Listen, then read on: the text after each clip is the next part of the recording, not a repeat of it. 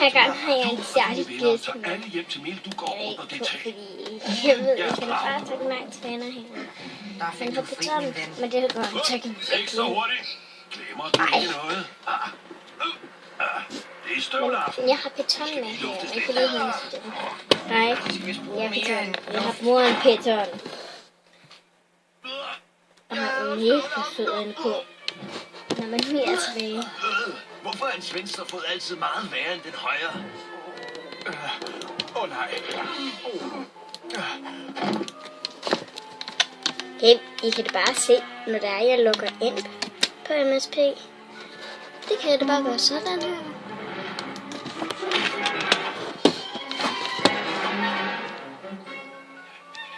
Den her Movie Star Planet. Og jeg kan godt se det noget gennem vores computer. Vores computer lægger. Hvor er mine støvler? Hvor er jeres støvler?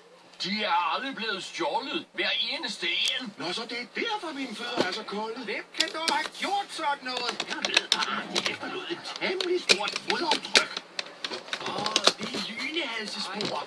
Det ses på den halvmåneformede svang. Men det er dragkenderviden, venner. Det behøver jeg jo ikke fortælle jer. Så en drage kom altså forbi.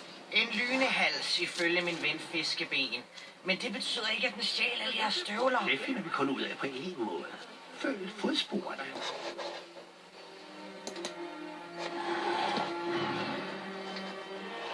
Så der ligger nogle støvler ved siden af en lynehals. Det beviser jo ikke,